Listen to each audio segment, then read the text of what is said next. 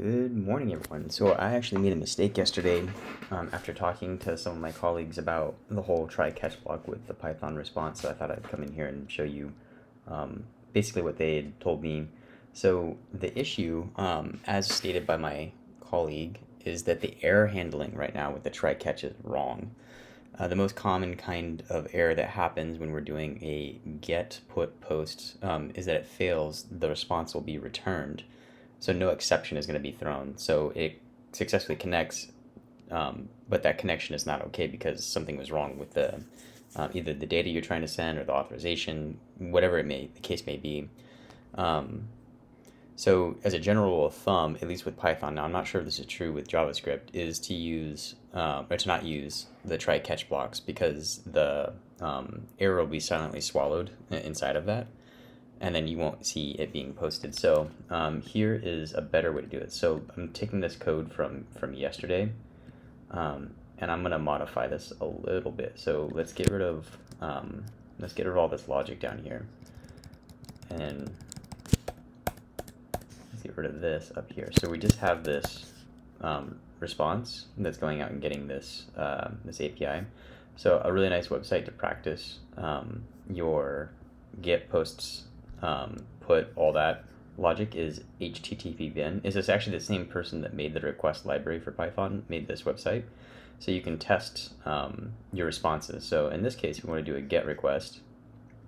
Actually, let's go down. Let's go down here actually to the status codes. So for us, let's say we have a 200. So it gives you the address right here you need to use. So let's use that address.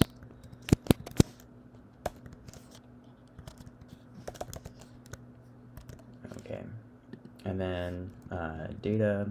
So let's say right here, let's print, before we do anything else, let's print out what we're getting. Response dot status code. And we see we get a 200, and let's get rid of this print here so we're not seeing the none. So yeah, we're getting the 200 status code. I think that's the redirects. So we can see that it's pinging back to us the type of code that we're trying to request. I think another thing we can look at is, okay. And what's interesting, redirects, it's okay. If we had different types of errors, you see one doesn't return anything, so let's stop that because it's actually just running right now trying. Let's give it 400. You see false. So we have different types of code. So a better way to do this is a call called raise for status. And this gives you the response object, the error back. Actually, that might be a function call. Is that right? Yeah. So that was a function call. So here you can see we have this large object, and it gives you the type of error, right? Client error is a bad request 400. A server error. And in this case, 200 is fine,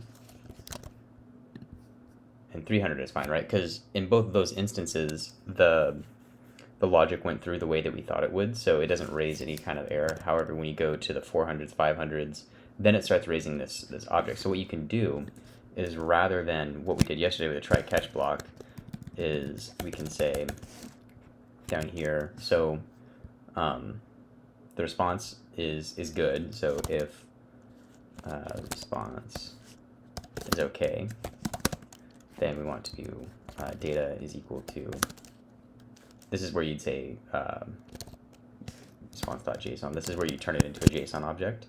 But in this case, we just want to say print my program works. So right now we're getting, let's go back to the 200. So we just want to say, essentially, if this doesn't raise a status code and the response is okay, then print my my program works, because this is where you're going to have your logic, right? And you only want your logic to run if these two things are true. So, yep, my program works because it was a status code of 200. Oops, let's try a 300. Good.